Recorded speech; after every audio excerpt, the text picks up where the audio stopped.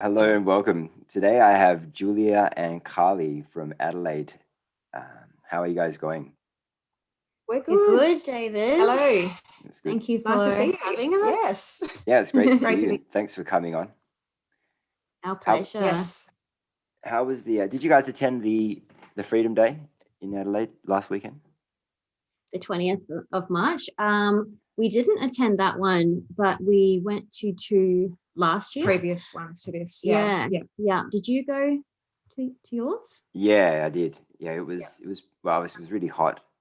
I think Yeah. that there was a bit of a lot of people are saying there's a bit of weather manipulation going on that week because it was obviously a big washout over east and we had soaring Mm. temperatures. So I don't really know exactly what happened, but in terms of the event, it was actually pretty good, very peaceful. We got quite a few people. It Yeah. was just great to see all the videos from all around the world of people just on the streets for the one reason. I think that obviously it showed a lot of unity, but I think that was really the push that we needed as a human race. Hmm. How many people were at the rally? It's hard to say because I know last year I went to the first one, which was in September, Yes. and Mhm. We're at that they one. they read out the number and it was supposed to be like 9,600 or something. Okay. Mhm. And that's huge for Perth because I didn't know what to expect. I thought like Eastern States would have been way bigger. Yeah. And I thought I Mm. misheard. I thought they said 1,600. So when I went and read the paper the next day, it said like 150 or something, or Oh 250 or yeah. something stupid. Yeah. But then Ricardo Bossi came out and said that it was nearly 10,000. So yeah, I was Okay. quite Yeah. surprised by that. But this Yeah, that's one, a good. I don't know, hard to say. Yeah. Yeah. Mm. There was definitely the ones that we went to last year. I think September Yeah. was one of them. I think it was late August, September, Yes. and then another one in It what was was it? towards the end of Towards the the end of the year, year. November, I think, if I'm not Yes. mistaken. Yeah. We only couldn't go this time around because we actually had video commitments. So, um, but yeah, look, we do whatever we can, obviously, to really sort of represent and to get, Mm. just to be a part of it, like Julia And said. yeah, Yeah. I think it's a good experience going to them Mm, because I feel like it really does um, generate that warrior spirit within, and it's a really nice feeling to be amongst people that are really sort of feeling that bubbling up inside of them yeah. as they're there, and if there are good speakers there, they can really feel the energy. So Mm, it's something that I feel like when you go, you can definitely take away something from it yeah. and Yeah. keep that energy flowing. And I think that's what it's all about. I mean, yes, at the end of the day, it's just one day and one moment, but you can definitely use that and take it forward. And I suppose the more things people do to make a stand, the more you're going to just have that energy permeating throughout your life in general. So I think that they are Mm, useful. yeah. And it's just nice to see people on the same page as you. It's nice to Yeah, in just, Yeah, person. yeah, that's absolutely. right. Any Yeah. time in your life when you might have a conversation with someone, might be a friend, might not be a friend, could be anybody, and when you talk to them and you realize that they're on the same page as you about something, you instantly feel a connection to that person Mm. because you're like, okay, well, they understand me. And I think Mhm. that's been Yes. a really big theme permeating through Mm. our lives. I Yeah. think just looking for people that are on the same page and that you can connect with. So I And I think think it's if good for people that. are spiritually, awake and they're in tune, they can see through the facade. They can see through just the physical. They see more of who you are and your soul. So Mm, it's nice to yeah. be around people that can sense more than what's just in front of them. Yeah, Yeah, For definitely. sure. it's definitely a funny thing because there's definitely a difference between being awake spiritually and also being aware of what's going on in the world. But I think on some level the two definitely go hand in hand. So I would say a lot more people that are spiritually awake would sense there's definitely something wrong and probably know what's going on if they haven't necessarily looked into it. But Yeah. then again, somebody who's aware of what's going on may not be spiritually woken. Yeah, and there's no right or wrong, but yeah, it's definitely something that goes hand in hand, and it's no kind of coincidence that pretty much everybody that I've met in the last 5 years shares the same views as me now, versus the people that I met many years, from my past life, Mm, uh, yeah. are all kind of brainwashed and like, want to get the jab and Yeah. stuff. Yes. Yeah. Yeah. Well, they're just crazy. I guess that sort of brings about this question, David. How do your family and friends feel about, what you doing these videos, and how are they on the same page as you? What's that like?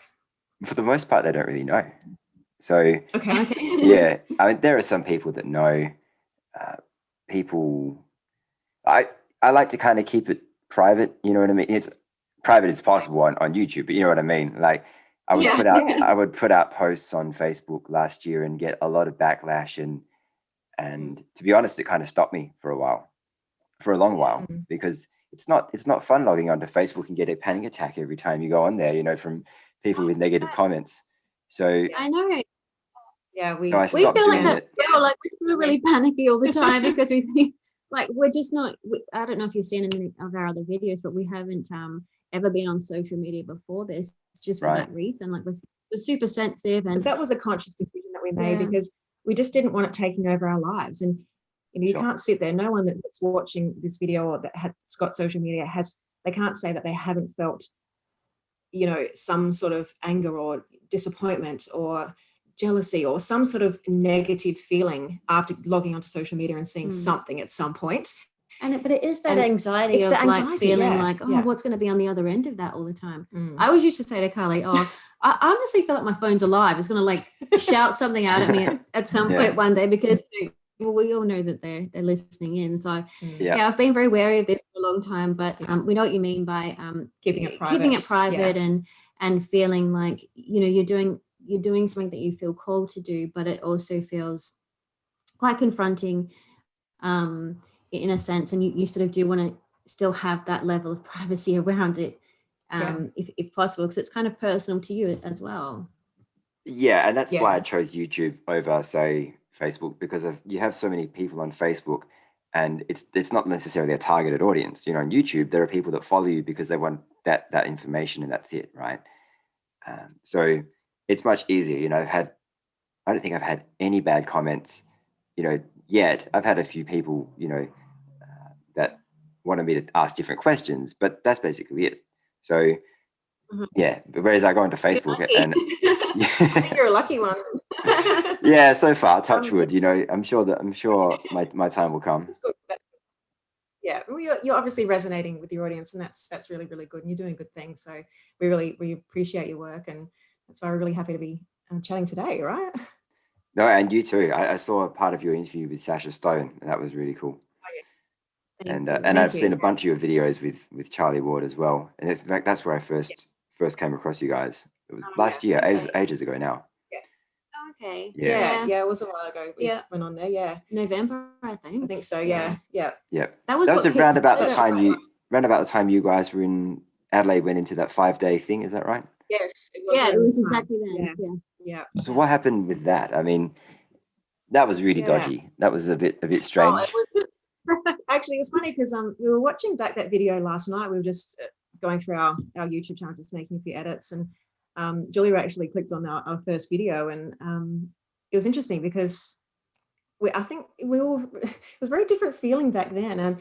And the reason why we reached out to Charlie was because of this stupid lockdown that we had, which was meant to be a full out, complete and utter lockdown for 6 days, and it only ended up lasting what, a day and a half, maybe 48 hours. That's so weird. But that was I know one person, I think, had one guy. It was something. So they were blaming it on one person. Right. There was like maybe 20 or 27 cases or something across the state. And I remember us seeing we saw it online in the afternoon. We said, there's a lockdown as of tomorrow. So you literally have to scramble around. You've got to turn your whole life around. That's panic mode. In a matter of hours. And that's putting so much anxiety onto people, and people, heading off to the supermarkets to get their toilet paper. And, it's like the world's collapsing, and that's a terrible feeling. People shouldn't have to be feeling like that. So, but that's the thing, like with Australia, I mean, and New Zealand as well. It just feels like they think that we're so easily manipulated, and just push them in any direction.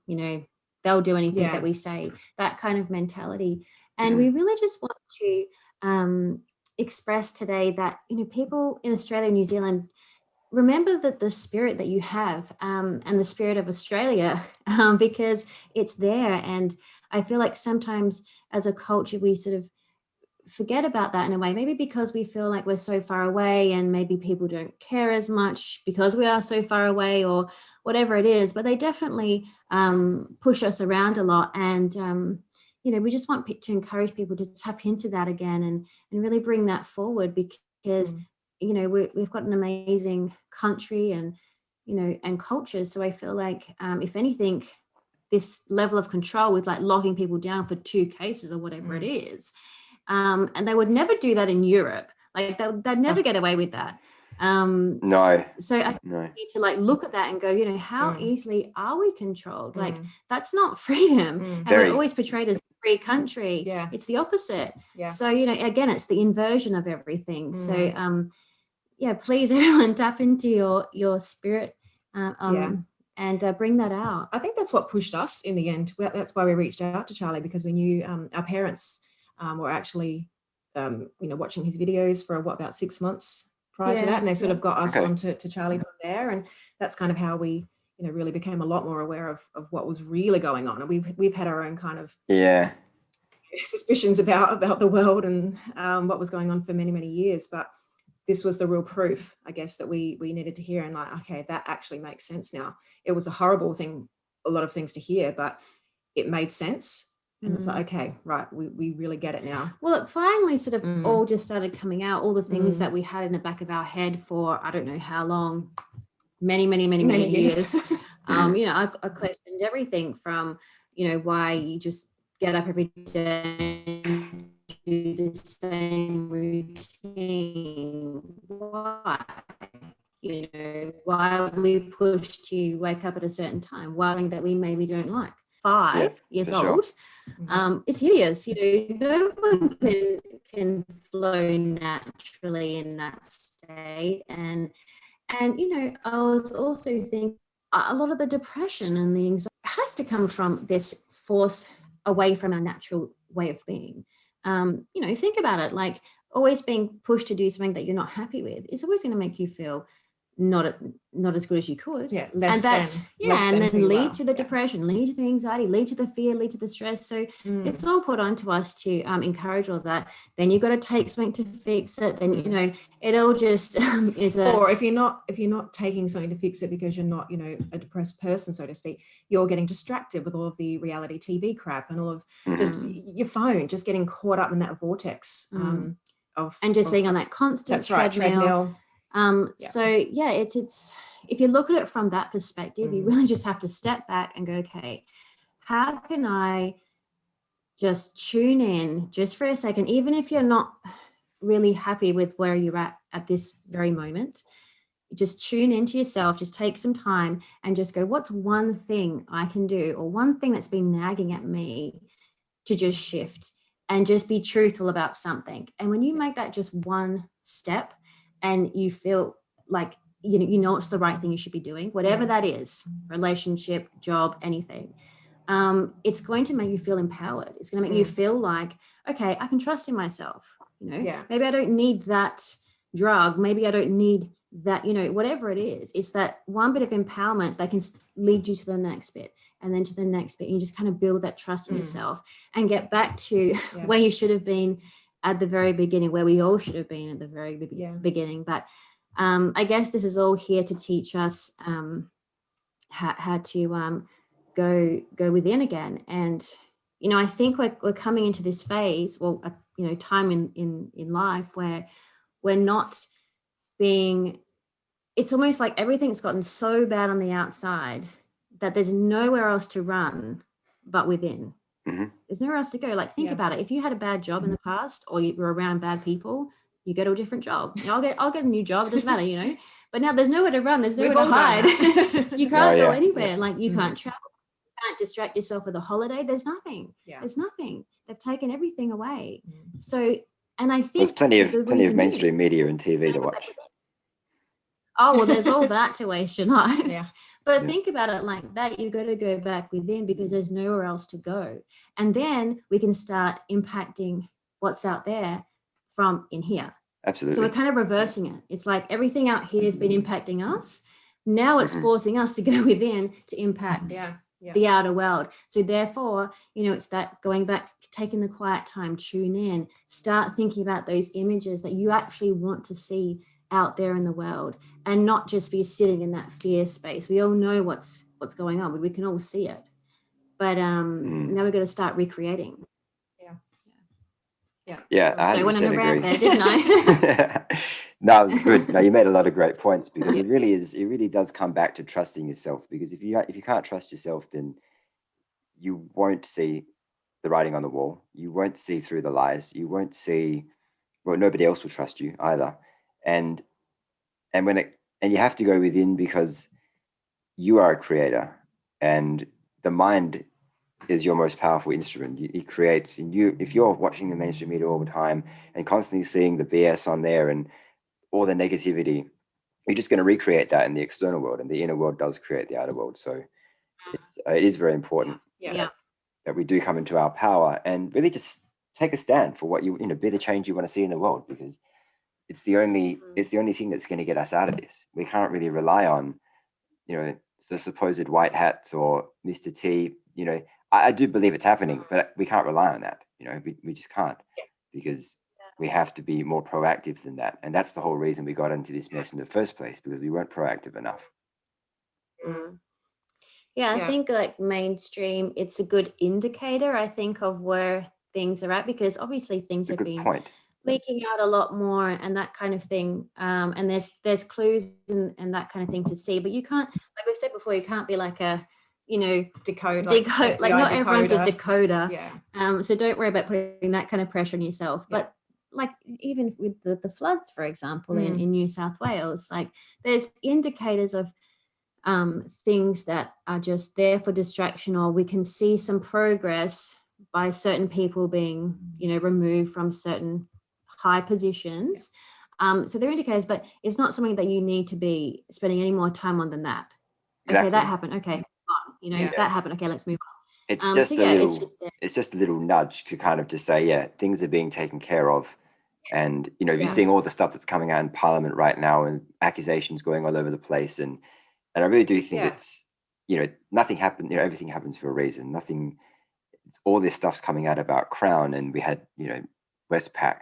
They had a massive fine for money laundering. So just like Crown, and it's like all this stuff's coming out, but it's all being drip fed, and it's awesome. Like if you know what you're looking for, it's not a coincidence at all. To most people, it's like, okay, all this stuff seems to be happening, but it's not a coincidence at all. And you really just have to take note of these things. Just kind of just keep it at the back of your head. And I guess sometimes Julie and I sort of say, it's like you shouldn't watch any mainstream, but then you're supposed to, you see the evidence of things coming out, and then you sort of, it's a double-edged sword really, because you have to keep abreast of the things that are going on, because it's good to see those clues coming out. It's good to see, okay, there are things happening. But having said that, though, we would definitely encourage people to stay away from it as much as possible, because it's so frustrating. I've seen commercials for documentaries. There was one on 60 Minutes the other night using the 17th letter of the alphabet. And they were sort of, basically rubbishing that, calling it a cult and whatnot. We actually didn't watch like the whole segment or anything, because it was just too much. We just could not stomach it.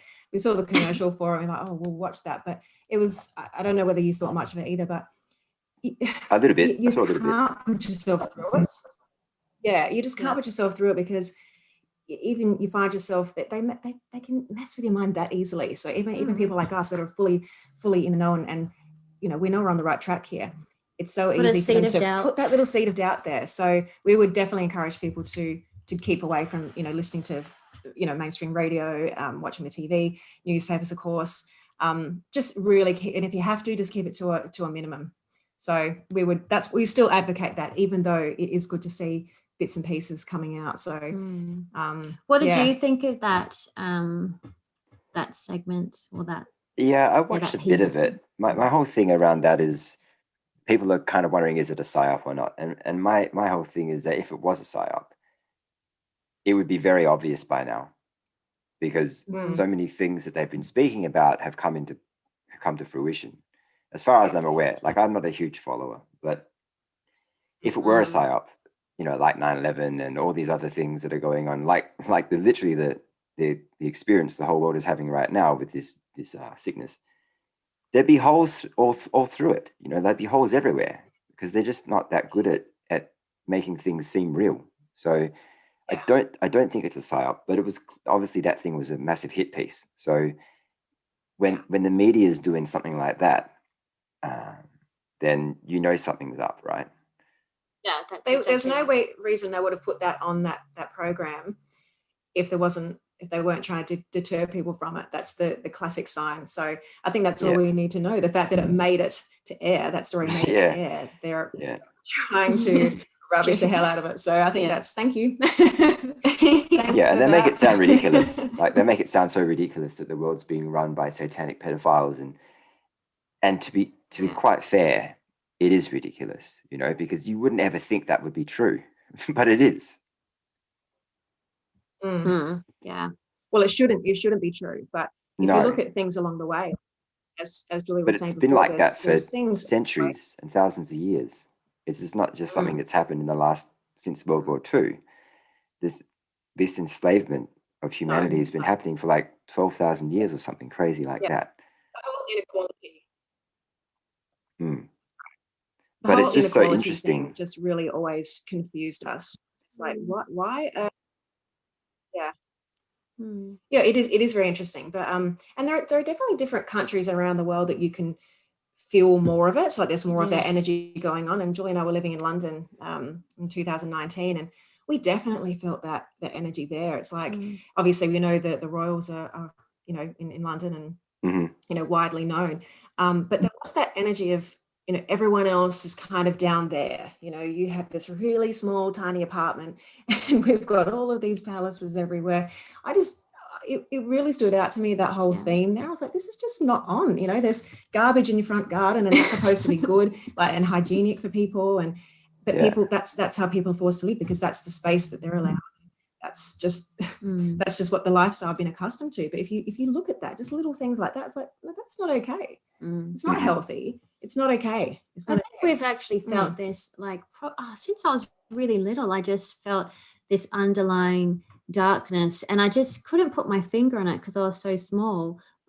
And we both did, and we questioned everything, like everything we questioned, and we're just like, that doesn't seem right. I mean, why is it like this? And yeah, I guess now it all makes sense, but it just permeated through just everything. And you know, if you were aware, you know, all that time, then you would have felt it on some level. Yeah, definitely. So it's good to be in this position now where we can kind of share these stories and talk about it, and hopefully you know, this does help people to see things and develop in their own soul journey as well, you know, and raise their vibration, essentially. Rome's another one that I felt really weird and weird. At the Vatican. Intense vibe there, but also Colosseum. The Colosseum. I hated it there. Well, we spoke to there's an astrologer that we actually have done a couple of videos with, Joseph P. Anthony, and he was doing some location astrology on both of us, and he said to Julia that she had some karma in Rome. That's right. And that would explain how she was when we were there. Like she did. You just had a really bad sort of vibe about you, didn't you? Just really like it. You wouldn't want to be around her. This was like years ago. I just remember feeling turn into really, a dragon like, or something. Intense. Oh no, not quite. Just more like very down, like very just you know, couldn't sort of get her out of that sort of mood. And it's like, you know, you're in Rome and there's nice fashion there and lots of things to do.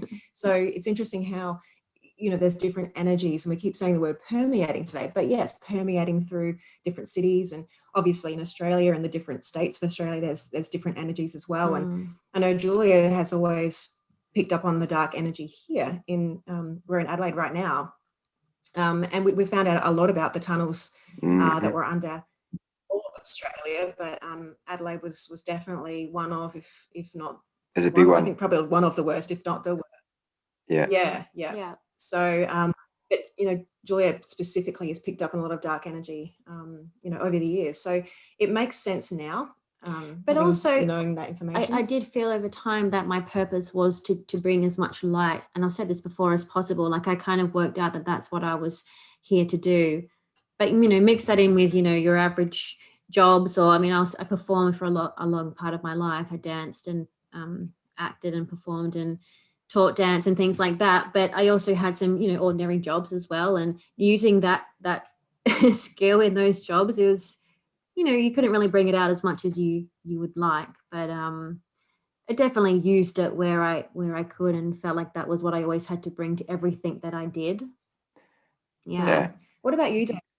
How have you felt, like over in Perth? How do you feel?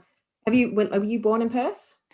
Yeah, I was born in Perth. I actually spent a couple of years in London as well in 2013, 2015. Yep.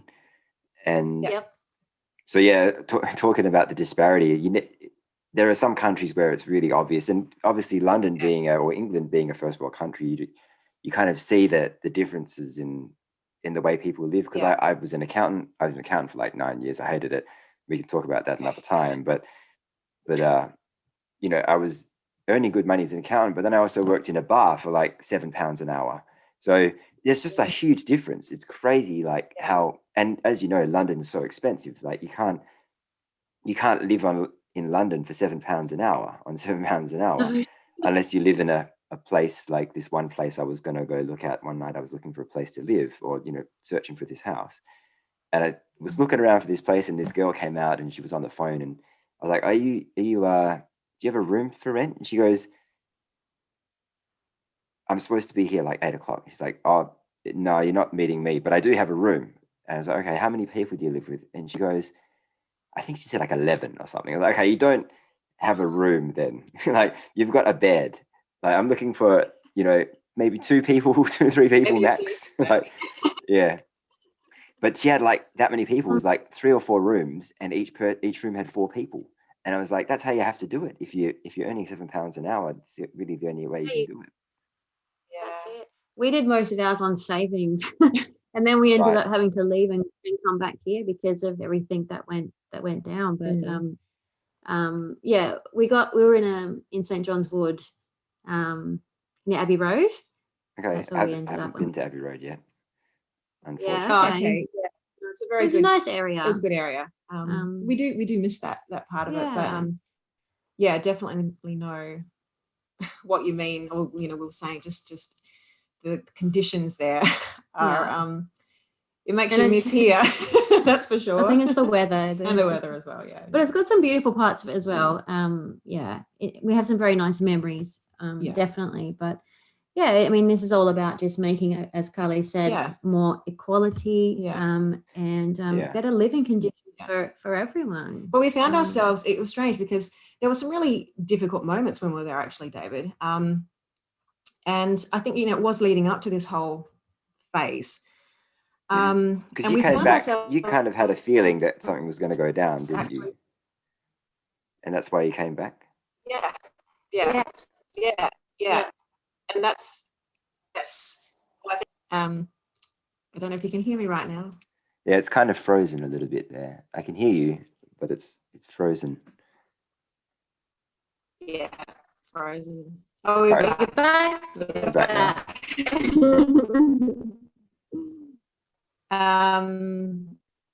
We can cut that bit out. We can that's cut that right. bit out. We did start just most of the yeah.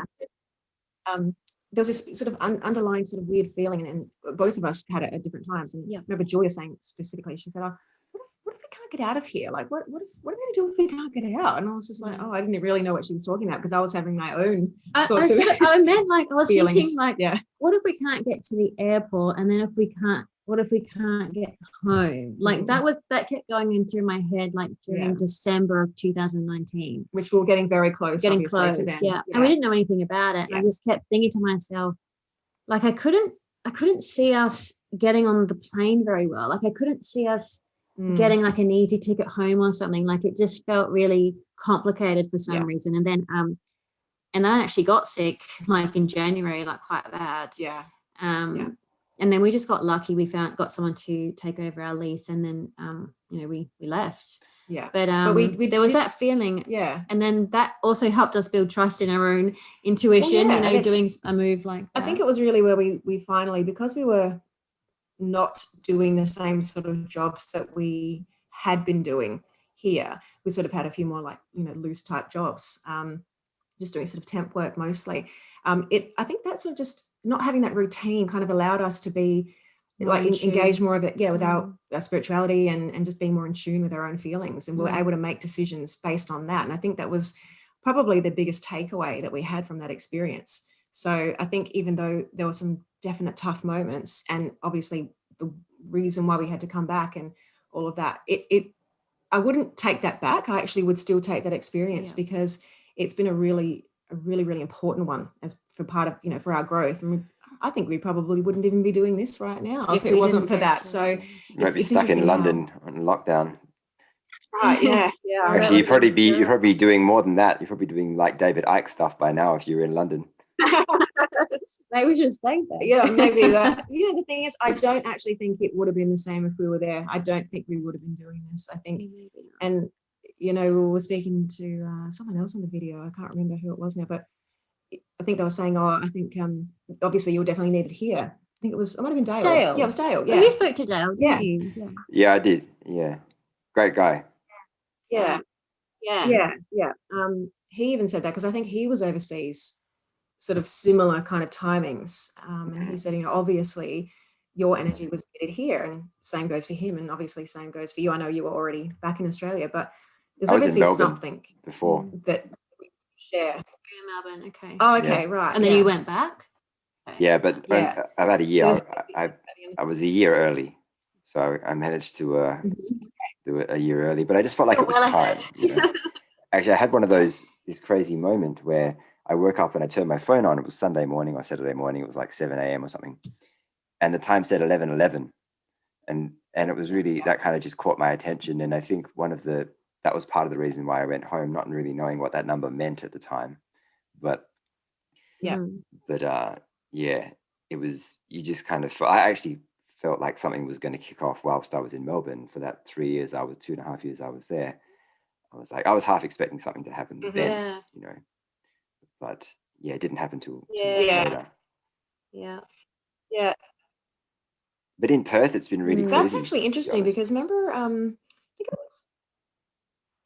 Was it? Yeah. Like we had you're lucky for that. We had a I think, 5 day. Did you say crazy?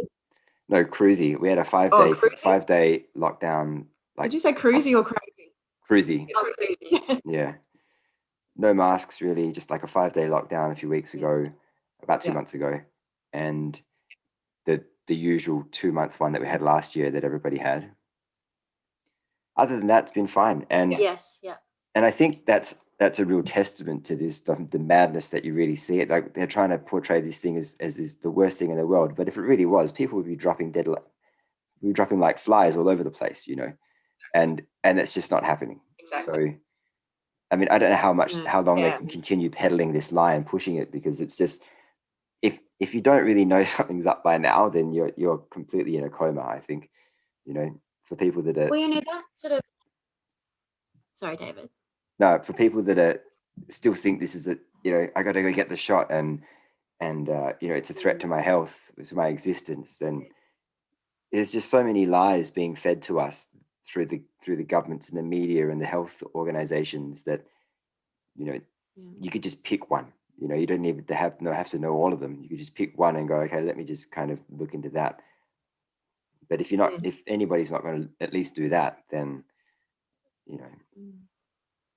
some people. We've had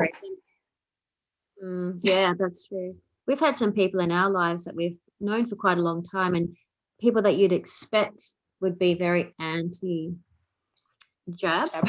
that aren't.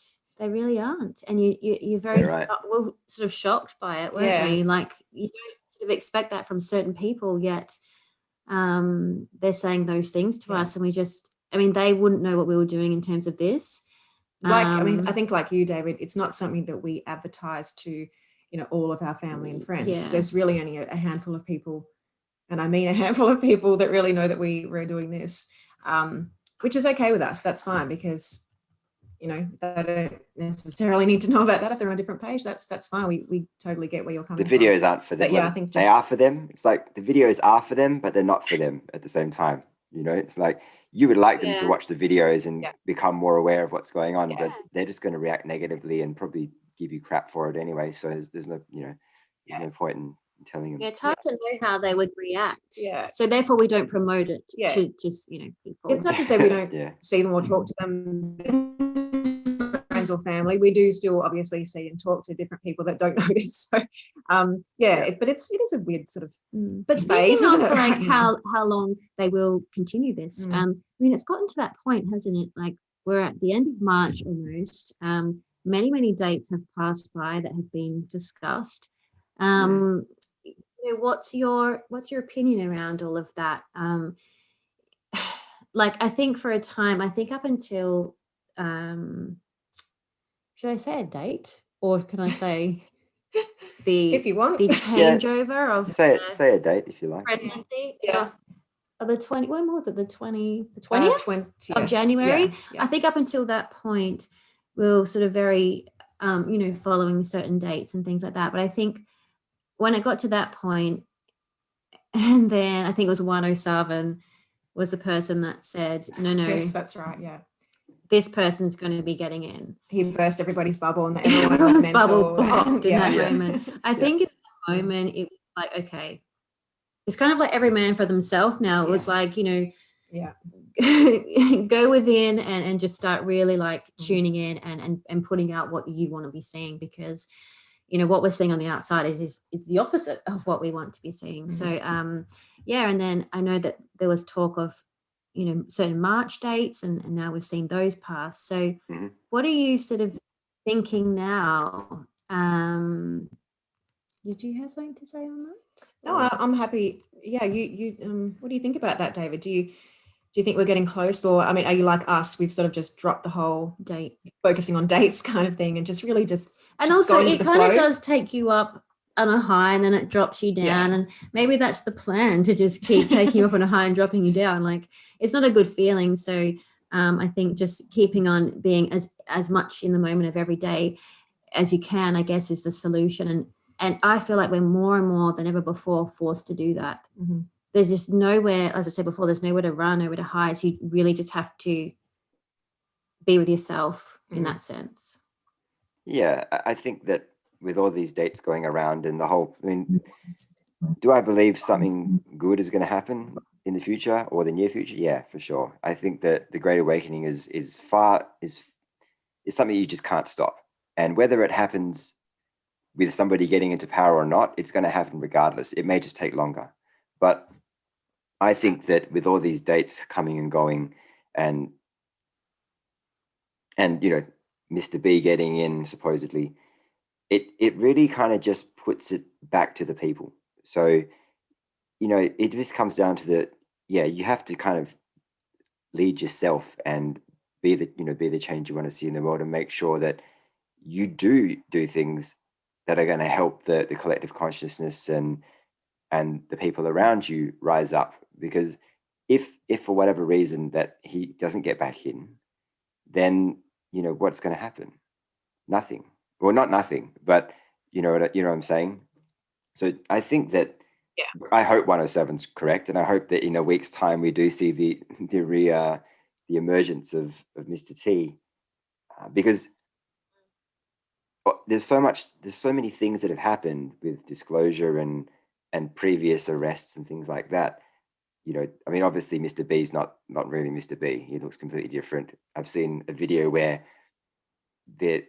he was like close up on his face, and he had like a hole in his eyebrow, a hole behind his ear, his face stretched, and then the back of his neck looked really weird. So it was clearly a mask. And you've got Fauci wearing, did you see that video where he had his neck flapping around? So that was clearly a mask as well. So there's all these videos being put out where we're obviously being shown that this is a movie and it's not real. And I think it's really is just to wake people up, because you're seeing all these things, like when Mr. B first got in, he signed all these blank pages. He said, I don't know what I'm signing, and he signed them anyway. And he fell down the stairs a few days ago, and and just ran up the stairs afterwards. Like, it's Yes. clearly an actor. You know, an 80-year-old guy doesn't do that. And you've seen him walk around, he's all Yeah. frail and stuff. Like, he doesn't. No, I'm telling you right now. Yeah, Sorry? I know. I'm telling you, like the way that he fell up those stairs, the pace that he was taking up those stairs, and the way that he recovered from falling over. Oh, we've lost it again. We've lost the connection. No, I think we're okay. We're No, I okay. can hear you. Oh, good. Yeah. The way that he recovered. Yeah, sorry. The way that he recovered from the several falls up the stairs. I run every day, and I don't think I could have gotten up that quickly. So, I mean, for however old he is, say, what, 70, 80? Yeah. Like 70 to Yeah. 80. Late There's no 70s, way. I think. No way in the world. You would at least be taking time to get back up.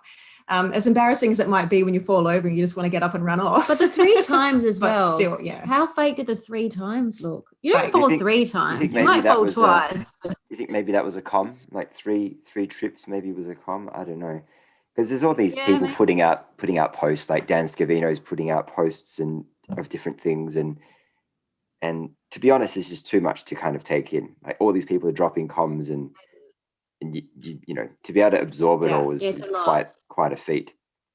But yeah, I really think Yes, it's yeah. like Sydney Powell did an interview recently where she said, like General Flynn a couple of weeks ago, where he pretty much said, no, there's no plan. You know, the American people have to kind of take it upon themselves. And I think that's, you know, obviously these things are done on purpose, but it's true though. You know, the people of the world really do need to take it upon themselves to take action and stop looking for a savior or looking for somebody else to pick up the slack, because, you know, everybody's thinking the same thing. Everybody's thinking, oh, if I don't do it, somebody else will do it.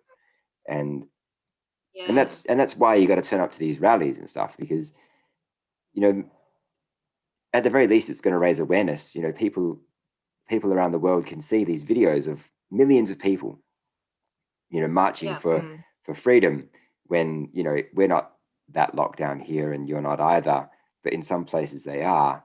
So people are wondering, like, why are you marching? Like, and I'm like, do you ever want to go traveling again? You know, like, do you want to do something like go to the store or go to the gym, or maybe, you know, go to the shops, or, you know, whatever, without having to get a jab? Like, is that important to you at all? Because, you know, if it's not, then be my guest, go and get the jab. But for most people, and I think the media is definitely lying about the numbers, about what percentage of the country wants to get it and don't want to get it, because they said 25% don't want to get it in Australia, and 10% definitely will not get it at all. I think it's far higher than that. It has to be, because the media never tells the truth. So it's They didn't ask anybody. yeah, that's They made probably it true. They probably did a survey of 2 people, and it said, okay, one person doesn't want to get it, one person does want to get it. But yeah, Yeah, exactly. Yeah, I think one of our points today, David, was, I think, one of the most obvious things for people that do just watch mainstream or, you know, read the newspapers and whatnot, was our health minister. oh who yeah, did take the jab, and then a couple of days later, he's been taken off into hospital for a skin infection, which is Cellulitis. supposedly unrelated. But whether it is or not, isn't that enough for the Australian people to sort of go, hang on a second, that's a bit weird? It wasn't another minister, it was the health minister. yeah. Yeah. But what Pretty does poetic. that say? Like, does that not raise some red flags there? Maybe. I don't know about that. What do you think about that? Like, don't you think that should be that was an obvious sign to me and to us? Yes. It was an obvious sign. Yeah, no, I agree with you. He definitely got it. We did a reading with Janine about it, and she said, yeah, he definitely got it. He definitely had a reaction. He's regretting his decision now. And I think it was just timely that Andrews went to hospital on the same day. I think that was actually a coincidence, to be honest. I didn't think it was a coincidence at first, but, you know, sometimes these things do happen. But yeah, so he's probably not doing that well. I don't know. But it is funny that he's the health minister, and, you know, I think he genuinely thought that it was going to be good for him. Obviously, he wouldn't have done it otherwise, you know. Whereas ScoMo got it apparently on live TV, but that was a complete setup. He didn't get it at all. So yeah. I think if people don't do their research on the jab, though, I mean, I really do feel like people are going to run into trouble, because, I mean, I guess, you know, people have had vaccines since they were born, it's just been ingrained into you. You have to have this vaccine, that, whatever. I mean, I think some lucky people got away with not getting any. Inoculation is the word. Does cut. No, it's the true. jab.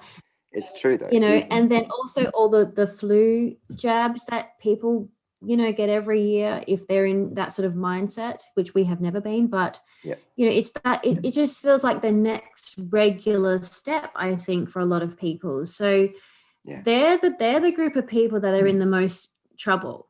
They're the people that are just, yep, I got it, I'm going to get it. That's what I do. They're the people I think that are going to be in trouble because it's they're not even bothering probably, but they're just on a, they're either busy or whatever they're doing. Yeah. And they're just not even putting two and two together at all. Not even bothering to do the research. It's a blind faith that people put into the system, in every aspect of it, like, oh, people just blindly send their kids to school. Of course, you have to get educated. But when you know what you know about the education system, it's really not the best place to educate your child. For multiple reasons we won't go into, but it's the same thing. Nobody looks at anything. Nobody does any research on the ingredients or any supposed reactions or deaths or anything. They just think, okay, well, and some of my friends are just like, I want to go traveling, so I'm just going to get it. I'm like, but it's a 99.7% survival rate. You don't even need it, But I want to go traveling. So I'm like, okay, it's, you got to make your own decision. But I think, Carla, you said the other day, the jab is like getting, it's like the shot, right? And if we're in a war, it's kind of like being shot. It kind of like, it's the same thing, maybe. It's almost like that. It's like Kinda. maybe, you might take a bullet and you might survive, or you might take a bullet and you might die. So it's kind of like that, just think about it in terms of it being a war. And obviously this is a totally different war than what we've ever seen before. But you really have to think about that, don't you? And it's not just some people that have been, recruited by military and they're fighting for the country. It's everybody is in this now, everybody. Absolutely. So I think that's the scariest thing. Yeah. Like 90%, well, maybe not 90 now. I think probably more people are awake, but a very high percentage of the world's population don't even know that we're in a war, and that they're in it themselves. And the war isn't, well, it is now about health, but it's more about a consciousness and suppressing your ability to kind of think for yourself and and everything else. And that's the problem. Most people don't see this as a submission, and control thing. They just think it's to protect themselves, and when it's ridiculous, because Melbourne's having their lifting of that this Friday at 6 o'clock. And I wonder though how many people are actually going to continue wearing it, because on one hand, if people get rid of it straight away, then they're not really scared of the sickness at all. They're just scared of the government. But if they keep wearing it, then they're obviously scared of both, mostly probably the sickness. And it's just getting so stupid. I saw this video on Instagram where they've made these masks that just go over the nose. So when you're eating and stuff and drinking, you can what's the point in wearing it? Like, what the hell is the point in wearing it? Like, it's just become a complete joke. And also making it like the fashion statement that they did all of last year, selling it in all the stores. All the stores selling it like it's a fashion piece. No, it's beyond a joke. And we did not wear one. I just want to say that we did not wear one anytime. Well, if you're gonna submit, you may as well do it in style. Yeah, you got to look good while you look bad. Yeah. And the other thing is the travel bubble. Oh, yes. Yeah. Tell me about that. What's going on there? Travel bubble. Yeah. Well, first of all, let's all examine the word bubble. That's just a fancy name, isn't it? That the left movement like to use. We're protecting you in a bubble. Sure. It's that whole like manipulation again. The psychology of it. Like you're in a bubble. We're protecting you. We're looking out Don't for worry. you. Yeah. You've got us. You've got our support. No, please. Like it's just that manipulation again. Like, and why are we in a travel bubble? And is this? I can't even speak on this because I think it's so ridiculous. Yeah. I don't. You can't speak. I can't speak either, honestly. Like Tell it me, is so stupid. I'm all ears. But I really, yeah. Well, what we were sort of talking about yesterday, I think Julia saw the article a couple of days ago, and that it's saying that they're going to lift the biosecurity laws, so that we Australians and New Zealand people can travel back and forth from there within this bubble, right? Without a test or without a passport. Sorry, quarantine free. Sorry, we should have clarified that. So quarantine free travel between Australia and New Zealand. I'm not even sure if that includes all states of Australia, though. I think there's a bit of blurred lines there, but I think they like that. I think they like leaving those lines blurred so that nobody knows what the hell is going on. Yeah. So yeah, it's still in the process of being, all the little bits being ironed out and whatnot. And I think that's meant to happen end of April, maybe beginning of May. April. No, I think that's different, okay. But again, blurred lines. But what got me thinking was the fact that obviously, we've heard that in Europe, I think there's 20 odd countries that have actually like banned or they've said no to the AstraZeneca jab. Mm-hmm. So they've said no to that, but Australia hasn't. They're still going ahead with the rollout as far as we know up to this point. So that's interesting in itself. Like, why would Australia not take note of what 20 or more countries have done in Europe by not going ahead with that? That's kind of, I think it's that's odd to call. me because it's a wake-up call, but what they're doing is I think they're relying on the fact that they think the Australian and New Zealand population are perhaps maybe not, I'm not going to say dumb, but just maybe not aware of stuff as much, or maybe won't fight back as much, or maybe they're just so desperate to travel because we're so far away. We're all the way over here, in the Southern Hemisphere. So maybe that's got a lot to do with it. They think, well, we'll just prey off their desperation. These guys want to travel. Obviously, if you're in Europe, you can travel to many countries. But you have it's not really a problem. There. Jab passports in Europe. I saw a list yesterday. Yeah, right. Okay. Yeah.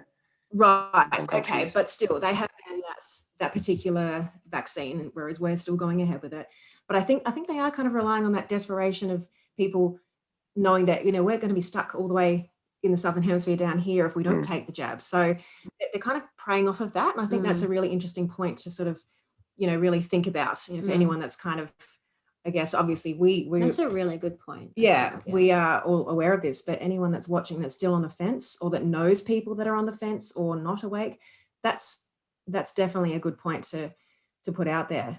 I think they're just praying that they're just hoping that we'll get so desperate down here. Yep, we'll take it. We'll take it because otherwise we can't travel. Yeah, they know that we're Aussies and people from New Zealand. They love to travel, and that's what we do. We have to because we're so far away. Yeah. We have to travel overseas. They definitely want to hit us where it hurts the most. Yes. But I think that then they're talking about doing the passport here as well to go to events and go to clubs and maybe even go to the shop. Like in Israel, they're doing that a lot.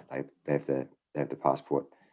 And it's crazy. And in Denmark, actually, some dude commented on my video recently, and he commented a few weeks ago saying that they've done because last year in Denmark they were like one of the first countries to do a mandatory jab. Even before anything had ever really been talked about, they came out and said it's going to be mandatory. Then near the end of the year, the people rallied out the front of Parliament, I think, for a long time. It was like 7 or 11 days in a row or something. And, I might be wrong on those numbers, but they did it for a long time. And they apparently got it overturned, but now it's not. Now they got it back again. So this guy was saying, I thought they overturned it. You guys overturned it. He said, no, the government just kind of ignored it. And now he said that on April 7th, I think, or sometime really early in April, that's when the passport's going to kick in. And even to get a haircut, you have to have it amongst other things. So I tell you what, like, if people are not seeing what's going on, because it's happening in Israel, it's happening in Denmark, I'm sure it's going to happen in other countries too. Just for people to be in a country and say, well, it's not happening in my country, like the writing's already on the wall. You know, it's coming. You know, now's the time to fight, because it literally is now or never, literally. Yeah. And Yeah. so I'm thinking that, and like 107 said, you know, it's going to be like a train wreck, and then all of a sudden the train's going to flip tracks, and it's going to be good. But I really think that because this is happening, it's already happened in Israel, and it's happening early April. We're really getting to that point now where it's you know, people need to see what's going on, and really wake up to all the stuff, you know, Mr. B's doing in the US with the border, and all the other crazy stuff he's bringing, you know, to the forefront, or signing in, plus all the other stuff that's happening in other countries around the world. You know, like, maybe this is the train wreck we need. Maybe this is what it is. You know, nobody can,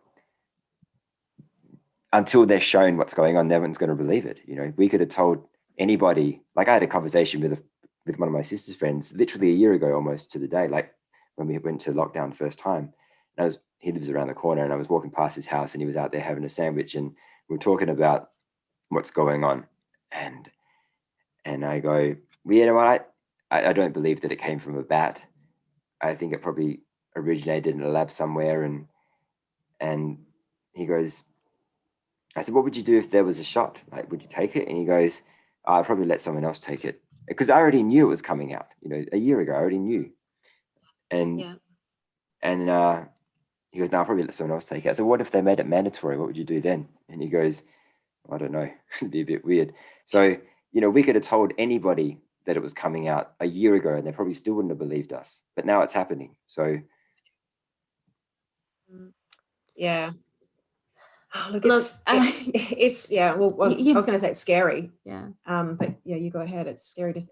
Well, in these things they're doing, but the thing I also just try to do daily is to just do so many visualizations of what I want to see, like a free world, and people being free, and light, and, you know, a golden light surrounding us, and just the freedom to move wherever you need to be, and seeing those images that I want to see. Like, I make sure every day I'm focusing on that.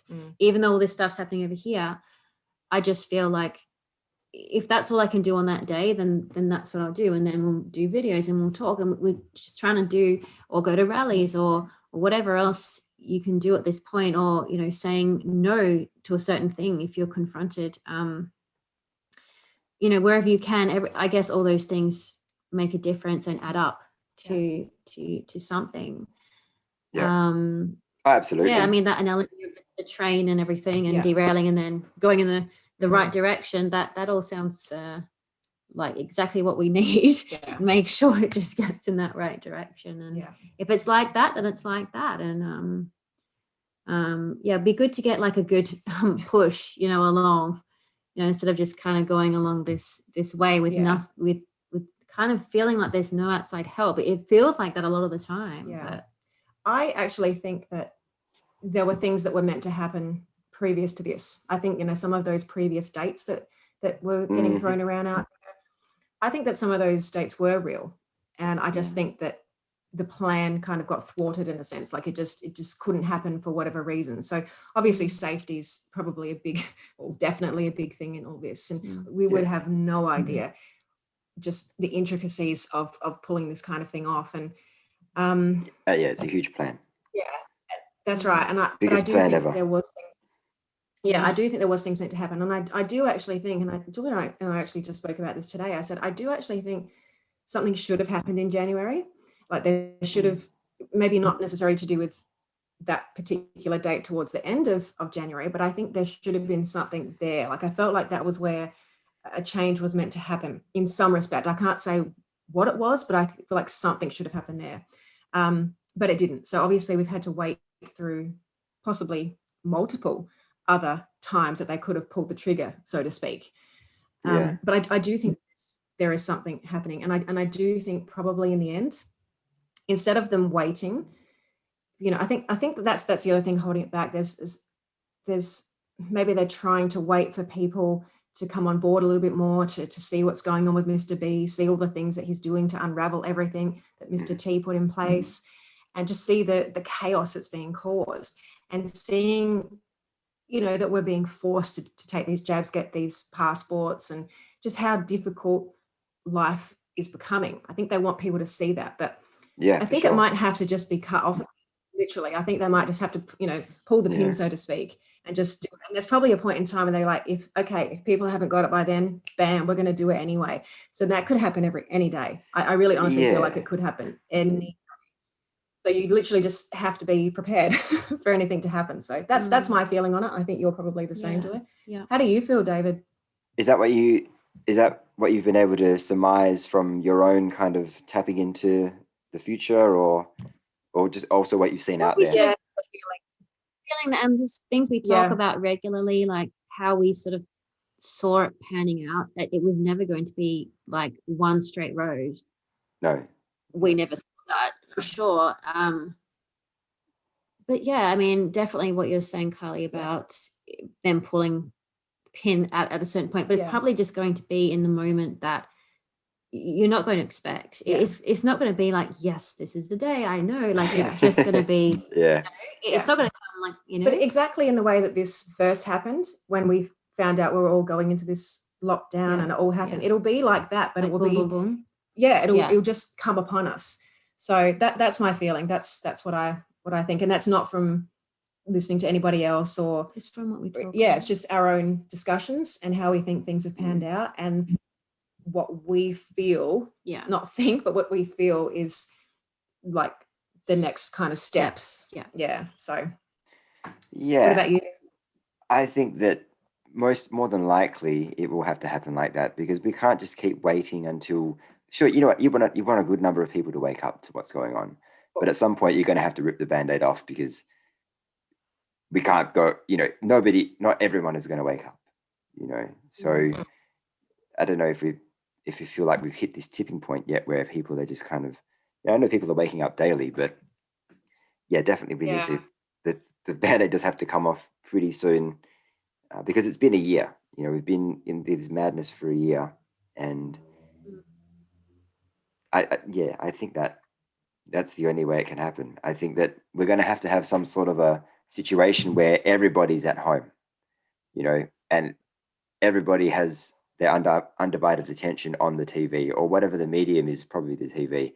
They need to kind of cut the internet, and so people have no option but to watch TV. And at that point, they're going to have to show this 8-hour video I've heard of, that pretty much outlining everything that's going on, and the agenda. Because how else? I don't know. I can't see another way. I can't see another way of it happening, and the truth coming out. But yeah. I could definitely see one image of, like a TV kind of, programming kind of thing, where it's just constant rolling of, people's names that were involved or implicated in all of this. So anyone that might have been arrested or taken off the Earth plane or whatever it might be, it'll literally probably have their face, like their picture and their name, and it'll just keep rolling. It might not, it may have commentary attached to it, probably will. But that's kind of the vision that I saw at some point, because I do. I mean, maybe it's not exactly like that, but I feel like there will be some naming and shaming coming up. There has to be. I think there has to be. Yeah, there has to be. So absolutely has to be. that might be a metaphor. That sort of vision that I had, it might be a metaphor for what actually happens, but it probably will be something like that, where we'll just see constant, barrage of information and people will need to see these people confessing and going through the trial, and if they want to, watching them leave the Earth plane. I think I personally don't necessarily want to see that, but I would kind of like to see it, if you know what I mean. Like, I want to kind of be sure that these people are gone. And when you think about the crimes that they've committed, these people, and just how horrendous. bad those things actually are. I don't actually like to take my head to that place too often, because it's just too awful when you think about all the children and all of the adults and people that have been committed. It's just terrible. And then all the impact on just your normal people, just your regular person, trying to live a life and exactly. being bound by money and health. That's just people that have passed away by cancer. Tens of billions more, even, I reckon, over the time. Yeah. Just all of the technology that they've held back. Just think of people that have lost people to illnesses and that sort of thing. When you know that could have been prevented, all of that might make you want to watch some of those people. Yeah. But maybe there's a better way. Maybe we don't actually need to see that. We just need to know that they're not operating the world anymore and or controlling the world. So I just wonder how angry it is going to make people, or unhinged, I suppose. I mean, I hope that people can, I don't know, like I don't want to see people suffering anymore. It's going to be like a spiritual awakening. It's going to be as painful as it's going to be painful, no doubt. It's like when you're a kid and you find out Father Christmas is not real, but 100 times worse, because you've been living this, your whole life, you've been living this a certain way or whatever. And you thought you had this preconceived idea about what the world was like, or, what it is, what the world is to you. And then for someone to come along literally, and you can go to sleep and then wake up the next day and to have a good portion of that, if not all of it, ripped out from underneath you, and your belief system's completely challenged on so many levels, like that's not an easy thing to deal with. No, and that's why I think, if you haven't woken up at all, it is going to be so devastating, because the people that have woken up, they've adjusted somewhat, they've adjusted to seeing and hearing things they never probably thought they would, and just even small things like music that you grew up with, and those celebrities and actors, and we've never been really into movies, but we've grown up with music and performing and seeing some of our friends are music in musicians and whatnot. They're not involved, but luckily but it's just, but music has always been a big part of our life, and framed a lot of our experiences. So just even small things like that can affect people on such an emotional kind of level is something to be considered as well. So like if you've started waking up, good, because then you've really started making those taking those steps already.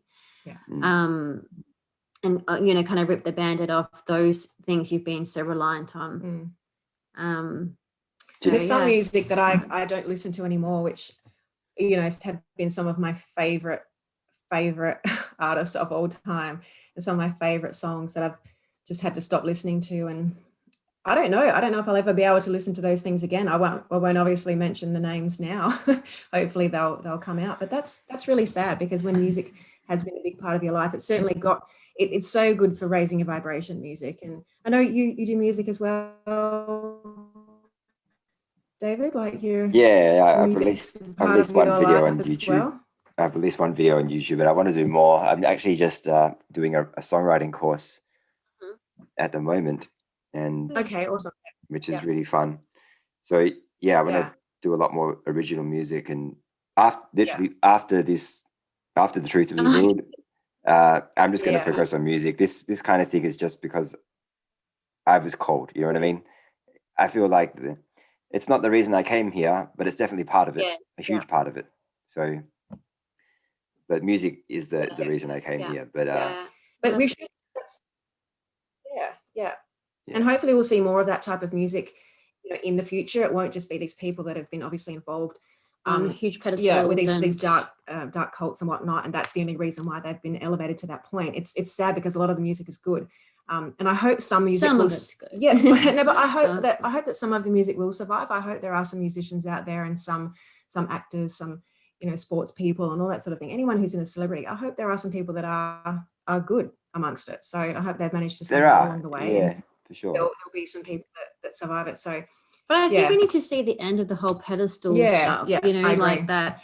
Oh, this hero and all this kind of thing. I feel like that whole mentality needs to be shattered. I think we need to start again, and but see more like local music as well, and let people do what they want to do with their life. If you are an artist of some sort, or, you know, just being allowed to do that and not have to stress out about finances all the time. And that would be such a good thing for a lot of people. Yeah. I just would really, really help. That's the one thing, not only the one thing, but it's one of the biggest things I'm looking forward to with this whole Nasara Jasara thing, is just the fact that people will be able to live a life true to themselves and not have to worry about money so much, because things are going to be cheaper. We have free energy, taxes are going to be way less.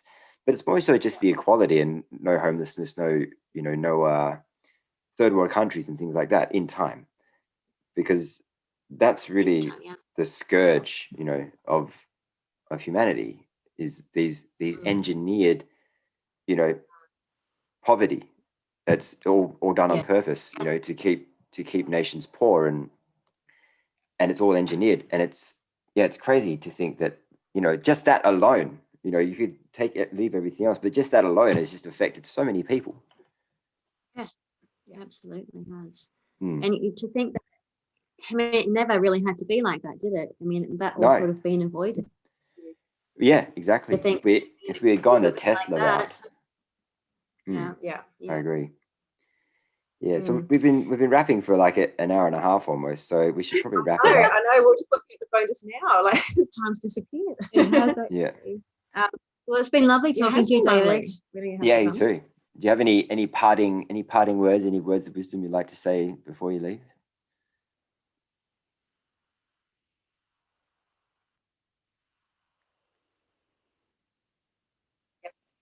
Internet is really being a pain today, isn't it? Sorry, everybody.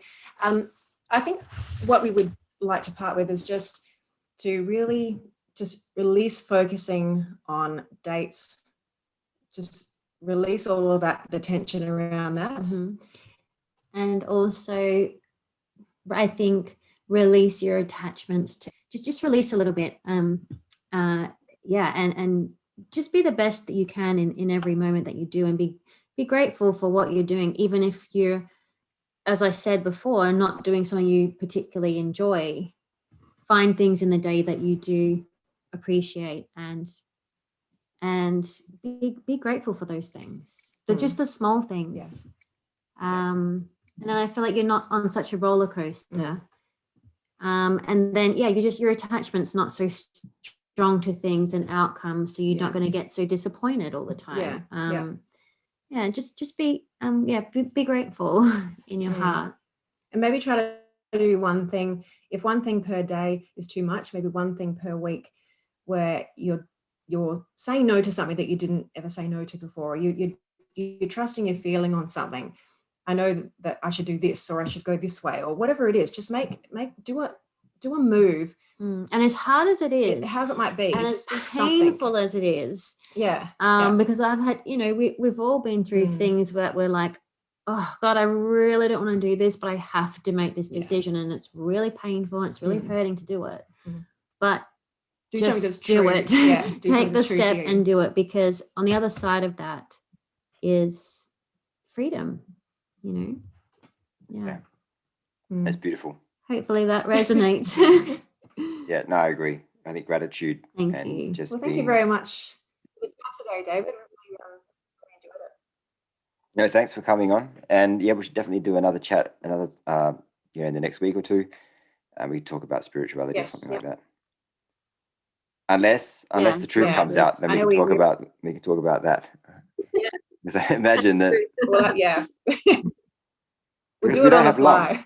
April 1st is just around the corner, so we could be in for a very interesting, 7 days. We could, but if it doesn't happen on that date, that's okay. Yeah, that's okay. It will be.